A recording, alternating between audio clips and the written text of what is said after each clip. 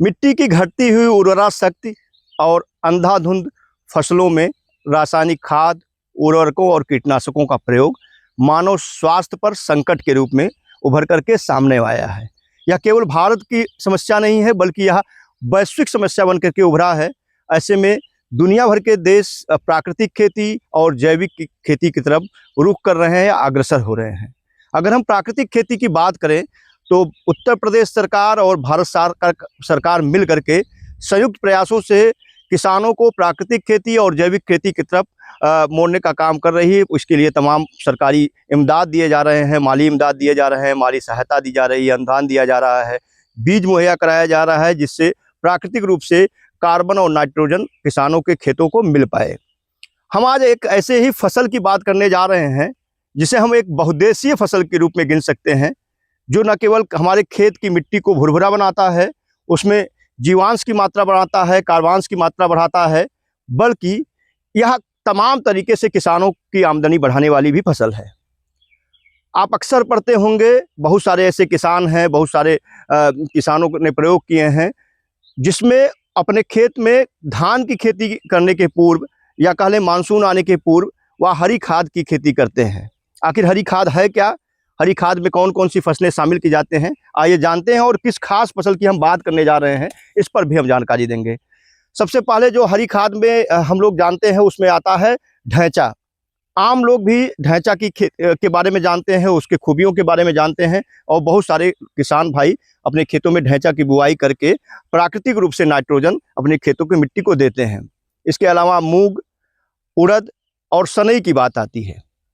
जब भी हम हरी खाद की बात करते हैं तो इन सारी फसलों से हमारे खेत को, मिट्टी को प्राकृतिक रूप से जब ये फसल सड़ जाती है, इसकी खेत में पलटाई कर दी जाती है, तो नाइट्रोजन की एक भरपूर मात्रा मिल जाती है। लेकिन ये जो हमारे हाथ में टहनी देख रहे हैं या हमारे पीछे जो हरा भरा फसल देख रहे हैं, यह सनई की फसल है।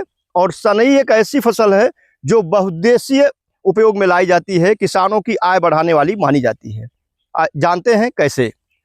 सनई जो है एक हरी खाद के रूप में सबसे प्रमुख फसल के रूप में जानी जाती है। सनई की बुआई अप्रैल से लेकर के जुलाई माह तक कभी भी कर सकते हैं। अगर आप अप्रैल में इसकी बुआई करते हैं तो 40 से 45 दिन की फसल हो जाने के बाद, या कह लें इसमें फूल आने के पहले, आप इसकी पलटाई खेत में कर दें और कम से कम 15 से 20 दिन इसे मिट्टी में सड़ने दें। भरपूर तरीके से अगर मिट्टी में सड़ता है तो हमारे खेत को करीब 1 एकड़ में 5 कट्टा यूरिया के बराबर नाइट्रोजन की आपूर्ति होती है। और आप सभी लोग जानते हैं कि जो यूरिया का कट्टा आता है उसमें लगभग 46% नाइट्रोजन पाया जाता है। तो प्राकृतिक रूप से नाइट्रोजन देने का काम हमारी मिट्टी को करता है, अगर 40 से 45 दिन बाद इसकी पलटाई करते हैं। इसके अलावा इसके बहुउद्देशीय उपयोग की बात हमने की है। आपने देखा होगा शहरों में जो बड़े घरों के लोग हैं, उनके हाथों में कुछ जूट के टाइप के, कुछ रेशों के बैग देखते होंगे। सजावटी जो है बहुत सारे उनके घरों में वस्तुएं दिखती होंगी। जो ये रेशा होता है वह जो है रेशा, एक तो जिसे हम पटसन कहते हैं, जूट कहते हैं, उससे निकलता है, और दूसरा रेशा जो है इस फसल से निकलता है जिसे हम सनई के नाम से जानते हैं। यानी इसका पहला उपयोग हम हरी खाद के रूप में कर सकते हैं। दूसरा जो उपयोग है वह जो है इसके रेशों को सड़ा करके इससे रेशे प्राप्त कर सकते हैं, और रेशे से रस्सियां बनाई जाती हैं, सजावटी वस्तुएं बनाई जाती हैं, बैग बनाए जाते हैं, बहुत सारी चीज़ें बनाई जाती हैं। तीसरे उपयोग की बात करें तो ये पशुओं के लिए एक बहुत ही पौष्टिक चारे के रूप में जाना जाता है। यानी दुधारी पशुओं के लिए या जो मेहनत करने वाले पशु हैं, अगर उनको इसके चारों के रूप में खिलाते हैं तो उनके जो शारीरिक दैनिक मांग है पोषण की, वो पूर्ति हो पाती है। अगर हम चौथे लाभ की बात करें तो इसके जो फूल है, इसके फूल में सबसे ज़्यादा जो पाया जाता है वो कैल्शियम पाया जाता है, आयरन पाया जाता है, मैग्नीशियम पाया जाता है और जिंक पाया जाता है। इसीलिए इसके फूलों की भारी डिमांड बाज़ार में रहती है।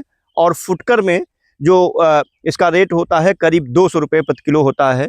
किसान भाई अगर इसकी बुआई करते हैं और होलसेल रेट पर इसको बेचते हैं तो ये 50 रुपये से लेकर के 100 रुपये प्रति किलो होलसेल रेट में आसानी से बिक जाता है।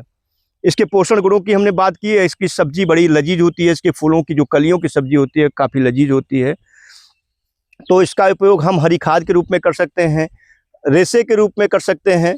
इसके अलावा हम इसका बीज तैयार करके इसके बीज की बिक्री कर सकते हैं। इसके फूलों को व्यवसाय के रूप में उपजा करके इसके फूलों को हम तैयार करके बाज़ार में बेच सकते हैं और पशुओं के चारे के रूप में इस्तेमाल कर सकते हैं।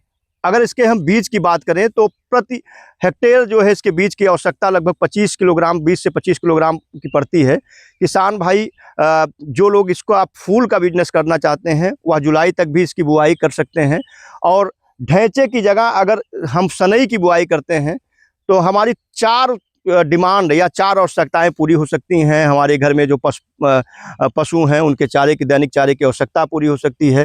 जिस खेत में बोया गया है अगर इस खेत में इसकी पलटाई की जाएगी तो निश्चित तौर पर इसमें जो फसल रोपी जाएगी, खासकर हम धान की बात करें तो इसमें अपने आप नेचुरल रूप से नाइट्रोजन की आपूर्ति होगी।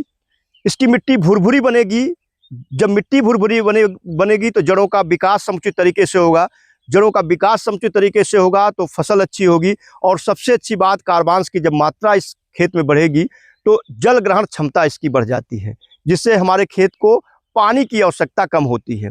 अगर बुआई के तरीके की बात करें तो छिटकाव विधि से, जो पारंपरिक छिटकाव विधि है जो यहाँ पर बोया गया है, उस छिटकाव विधि से हम इसकी बुआई कर सकते हैं। और जिस किसान के खेत में हम खड़े हैं वह बस्ती जनपद के एक प्रमुख प्रगतिशील किसान हैं, रामपूजन चौधरी जी, चितरगढ़िया गांव के रहने वाले हैं। बस्ती सदर ब्लॉक का एक गांव है और उनकी खेती जो उनका नाम जो है जनपद के उन्नत प्रगतिशील किसानों में गिना जाता है, जो सब्जी की खेती के लिए जाने जाते हैं, रंगीन सब्जियों की खेती के लिए जाने जाते हैं। इसके अलावा नेचुरल फार्मिंग के लिए जाने जाते हैं। IFS मॉडल यानी इंटीग्रेटेड फार्मिंग, जिसे हम एकीकृत खेती कहते हैं, उसके लिए भी जाने जाते हैं।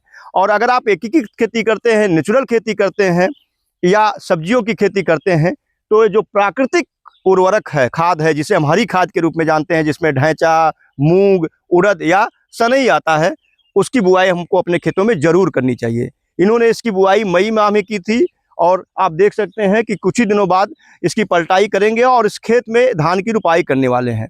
तो निश्चित तौर पर जो अंधाधुंध यूरिया का उपयोग करते हैं, जिसकी वजह से हमारे खेत में बैक्टीरियल ब्लाइट लगता है, उसकी समस्या का न केवल समाधान होगा बल्कि अंधाधुंध यूरिया के उपयोग करने की वजह से जो तमाम तरह की बीमारियां और कीटों का प्रकोप देखने को मिलता है वह भी लगभग कंट्रोल वे में होगा या नहीं होगा।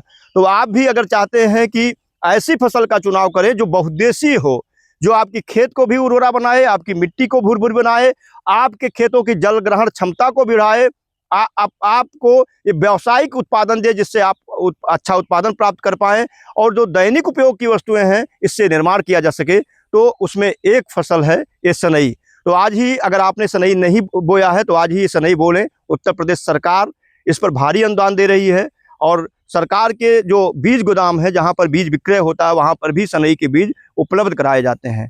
तो अगर आप चाहते हैं कि सनई के इस हरे भरे खेत का दीदार करें, विजिट करें, इसके बारे में जानें, तो चितरगढ़िया गांव के प्रगतिशील किसान रामपूजन चौधरी जी से संपर्क करें, उनके खेतों का विजिट करें और देखें किस तरीके से वो प्राकृतिक खेती, नेचुरल फार्मिंग, जैविक खेती की तरफ अग्रसर हो रहे हैं। और न केवल खुद अग्रसर हो रहे हैं बल्कि आसपास के सैकड़ों किसानों को भी प्रेरित कर रहे हैं। ऐसी कहानियों के लिए बने रहिए।